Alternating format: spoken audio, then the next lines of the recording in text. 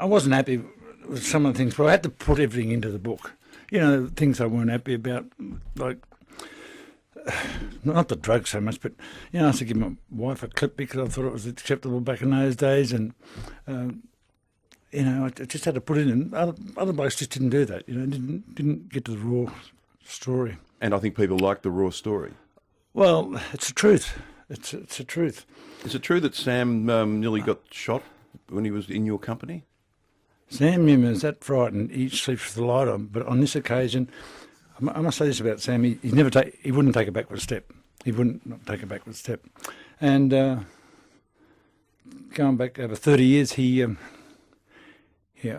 could have got shot, and then when he saved my life, he could have got shot. I prefer the second, you know, but... Fred, Sam can get himself into trouble. He didn't need you to help him.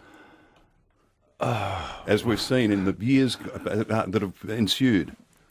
Well, he's my friend. He's my friend. And a good friend too. Oh, yeah. I want to mention fabulous Fred Cook's, some of his achievements. He played in the VFA right through the 70s to the mid-80s, kicked over 1,300 goals, and there was 7 times, Fred, where you kicked more than 100 goals in a season. And I've seen footage of one moment when you kicked 100 goals and lots of people ran onto the ground, patted you on the back. What did that mean to you, being, you know, the role model of the VFA? More importantly, it was an obligation to the kids because they were the most important part of the crowd. You know, and I can remember on one occasion it was playing in 6 inches of mud and it raining at the end of the game.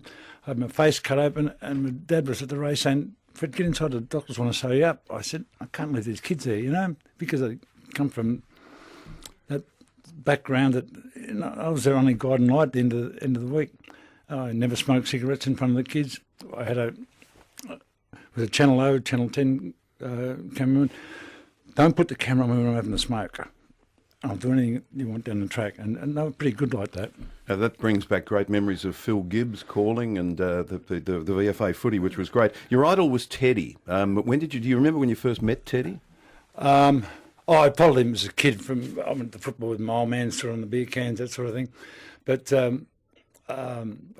got his autograph probably only about 500 or 1,000 times. Got into trouble with Mum on Thursday nights, not coming home for tea on time because I was up watching them train.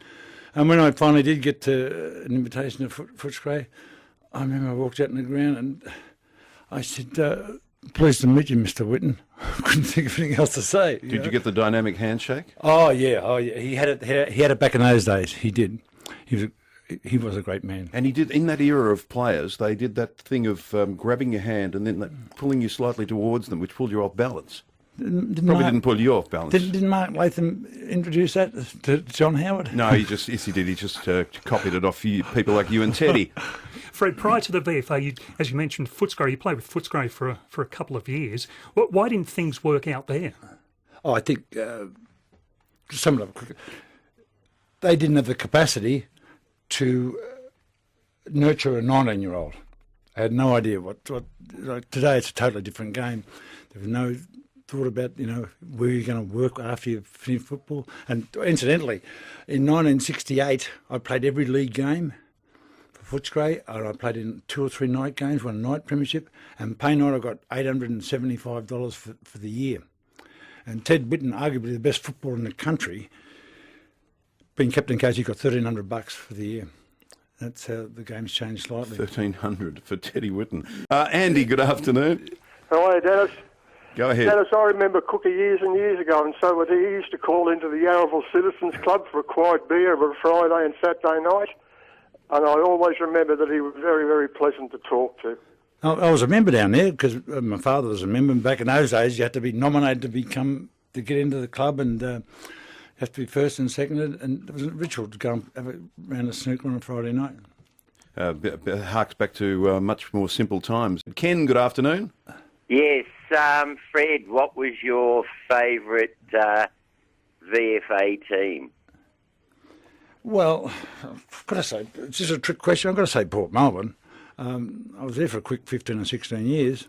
But, yeah, it'd have to be Port Melbourne, And the 6 premierships I played in, I was very fortunate I didn't play in any losing ones.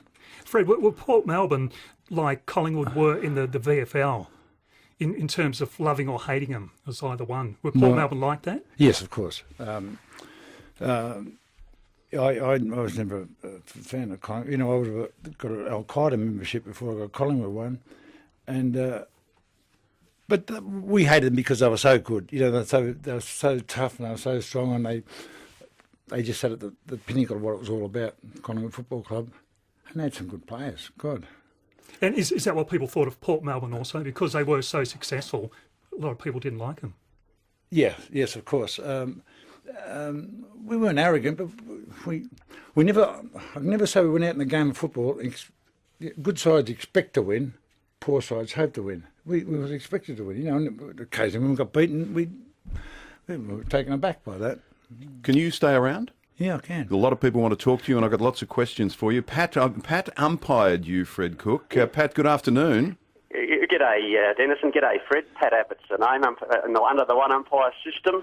And what a great player Fred was. And a true gentleman on the field, I must say, to umpires as well. A wonderful team and a wonderful player. Who wrote your material for you? Thank you very much for that. No, they were great days, Fred. Yes. Fantastic. When we were talking, thank you, Pat. When we were talking about interviewing you this morning, we discovered some vision that's up on YouTube. We're putting it up at 3rw.com.au of, I think it was a final in 1970. Yeah, the VFA Grand Final in '76. And there was an all-in. If anyone wants to see an old-fashioned footy stoush, this is about as good as it gets. The second quarter went for nearly 50 minutes. Second quarter. In a game, unbelievable, because of the punch-ups and umpires getting knocked out. And Well, the umpire was in the middle of this one. Yeah. Not by choice, I don't think. No, I don't remember much. I was asleep. I was on my opponent the day, Alfie Busey, said to his teammates on Thursday night, he said, if Cook makes a fool of me, I'm going to knock him out. Now, he told everyone else, but if he told me, we could have worked something out. And he did. He did. I had a flap of meat under my... I could breathe through this hole in my face. It wasn't my mouth. And I went in at half-time, and I could have been at a hockey match. And I got in there, and I'm lying on a table, and the doctor was sewing up, putting these bag needles in my face, and my dad was holding one arm, and the head trainer was holding the other arm, and old man Goss walked past. I said, who are you going to play forward now? I'm sorry about this, I didn't see you coming. He said, what's wrong with you? You don't run on your chin. My dad had tears in his eyes, and I had to get off the deck. There's a quote, you don't run on your chin. Calling for the ball, Fred Cook on his own in the goal square, takes the mark and kicks a goal.